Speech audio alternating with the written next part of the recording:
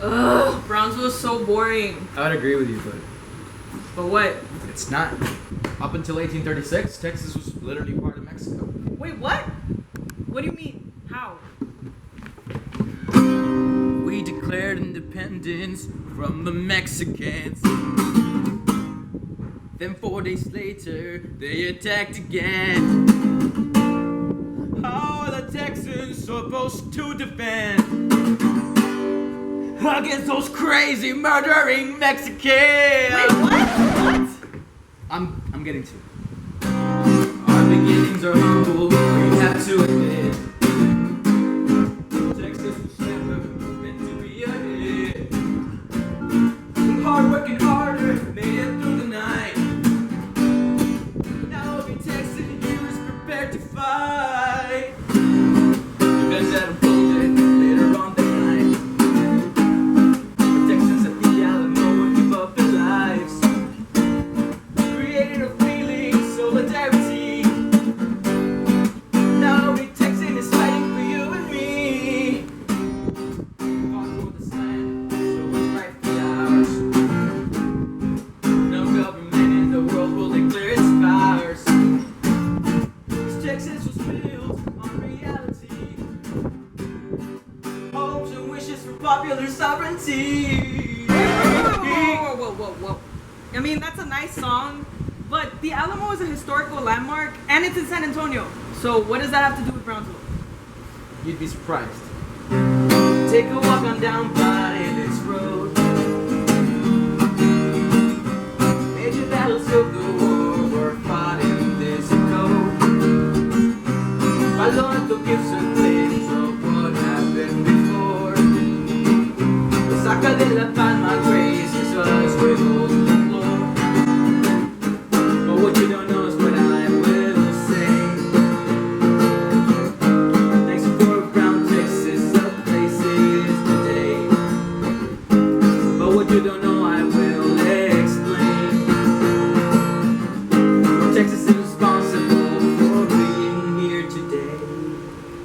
So you're saying Fort Brown is as equally historic as the Alamo, and you're saying that Fort Brown is the reason why Texas is what it is today? What makes you think that Fort Brown was even important at all? 6.5 hours later. Well, I'm sorry, I didn't know. I mean, I'm from BISD, they don't teach me anything there. Day 246. We didn't have the keys. We marched down to the Rio Grande to claim for the free. We built a massive fort, 6-sided and from dirt. The General Zachary Taylor will gloat of its splendor. There were 3,000 troops and more were to arrive. At first there was no blood, but soon there would be strife. Mexico would never just leave the Texans be. On April 26th, it was a great catastrophe. 16 men were killed and others were captured. The Mexicans would think the war was overturned, but they were wrong. Fort Brown was built because of border disputes. Yes.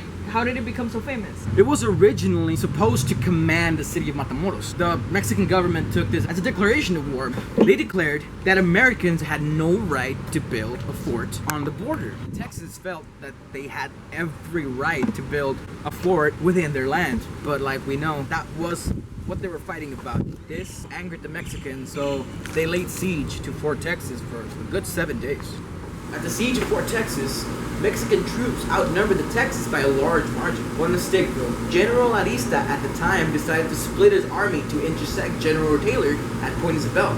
Before Taylor marched, he made sure that Fort Texas was ready before withdrawing to cover his supplies. Arista directed his army to surround the fort at 5 a.m. on May the 3rd. Mexican forces fired upon the fort. General Jacob Brown demanded the return of fire. The fire was directed towards Matamoros. Oh my god, that sounds really intense. It was. until a silver lining shined. On May 6th, Jacob Brown was injured. I thought you said it was a silver lining. He was struck by a cannonball in the leg, but he continued to command his post. Around this time, Ampudia departed with part of the Mexican force and left General Francisco Mejia behind to oversee the siege. Remember how Alista tried to cut off Taylor from Puño Isabel? Imagine if the entire Mexican army left the siege. 2,000 men marching up to cut off Taylor. That would have been a different outcome, don't you think?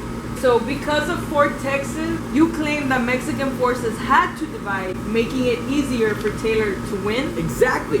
And with the lowered morale, the Mexicans retreated.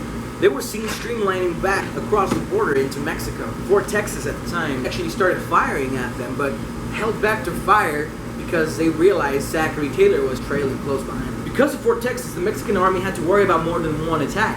Dividing their forces was ultimately their biggest downfall.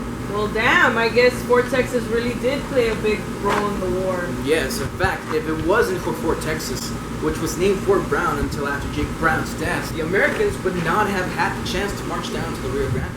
Not only was it a strategic post, but a symbol of power for the Americans.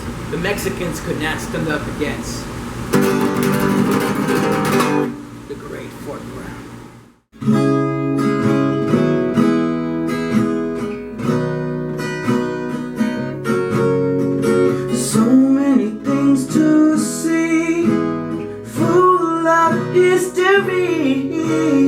Thanks to Jacob Brown, we live in this whole town for Brown.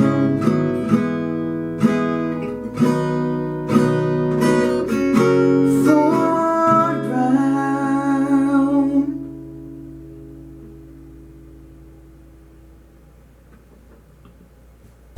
Stop and see.